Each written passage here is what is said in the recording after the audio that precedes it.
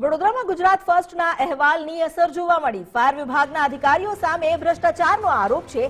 3.17 કરોડના સાધન 10 ગણા ભાવે ખરીદ્યાનો આક્ષેપ લાગ્યો છે।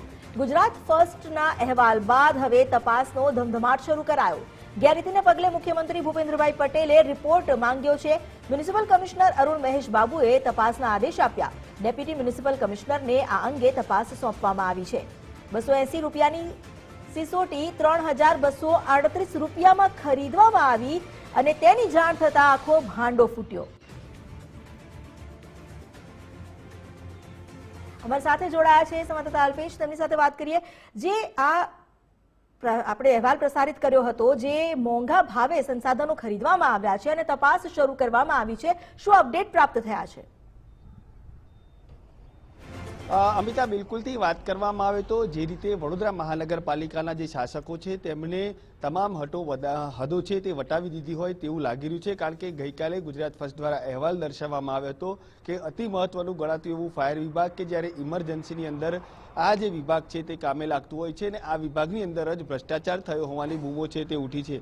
ફાયર વિભાગની અંદર 3.17 કરોડના રૂપિયે જે ફાયર વિભાગના વિવિધ સંસાધનો છે તેની ખરીદી કરવામાં આવી હતી અને તેની અંદર જ ક્યાંક ને ક્યાંક 8 થી 10 ગણા ભાવ છે તે ભરવામાં આવ્યા હોવાના આક્ષેપ છે તે લગાવવામાં આવ્યા હતા। જે બજારમાં મળતી સિસોટી છે તે 280 રૂપિયે મળે છે અને તેની કિંમત છે તે પરચેસનું જે બિલ છે તેની અંદર સ્પષ્ટપણે જોઈ શકાય છે કે 3200 થી 3300 રૂપિયા સુધી લગાવવામાં આવી છે અને આ જ ભાવ જોઈને ક્યાંક ને ક્યાંક આખો આ જે ભાંડો છે તે ફૂટ્યો છે।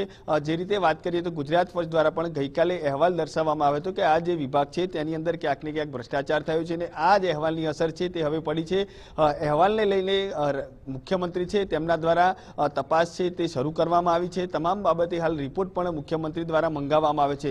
મહત્વની વાત અહીંયા એ છે કે જે રીતે પાણીની બોટલની પણ કિંમત છે તે 1300 રૂપિયા હતી, પરંતુ તેનાથી વધારીને 3639 રૂપિયા સુધી આજે પાણીની બોટલની કિંમત છે તે રાખવામાં આવી છે। ક્યાંક ને ક્યાંક MRP ભૂસી અને જે સ્કેચ પેનથી પણ આ જે કિંમત છે તે લખવા હોવાને ભાંડો છે તે આ તપાસની અંદર ફૂટ્યો છે। મહત્વની વાત અહીંયા એ છે કે ઓડિટ કરનાર જે અધિકારીઓ છે તેમણે પણ ક્યાંક ને ક્યાંક આ વાત છે તેનું ધ્યાન નથી રાખ્યું અને ચોક્કસથી ઓડિટમાં પણ આ ભ્રષ્ટાચાર કેમ ન બહાર આવ્યો તે પણ હાલ સવાલ અહીંયા ઉઠવા પામી રહ્યા છે। જોકે ગુજરાત ફર્સ્ટ દ્વારા સમગ્ર બાબતે ગઈકાલે જ આખો આ જે અહેવાલ છે તે દર્શાવવામાં આવ્યો હતો, કઈ રીતે આખો આ જે ભ્રષ્ટાચાર કરવામાં આવ્યો તેનો પણ હાલ પર્દાફાશ છે તે કરવામાં આવ્યો હતો અને તેને જ લઈને હાલ વડોદરાના જે મ્યુનિસિપલ કમિશનર છે અરુણ મહેશ બાબુ તેમના દ્વારા પણ સમગ્ર મામલે તપાસ છે તે ડેપ્યુટી મ્યુનિસિપલ કમિશનર ગંગાસિંહ છે તેમને સોંપવામાં આવી છે। હાલ ઝીણવટભરી તપાસ છે તે તેમના દ્વારા કરવામાં આવી રહી છે। તપાસમાં શું બહાર આવે છે તે તો આગામી સમયમાં જ ખબર પડશે, પરંતુ જે રીતે પ્રાથમિક દ્રષ્ટિએ જોઈએ તો આખો આ જે તમામ જે સંસાધનો છે જેની ખરીદી કરવામાં આવી છે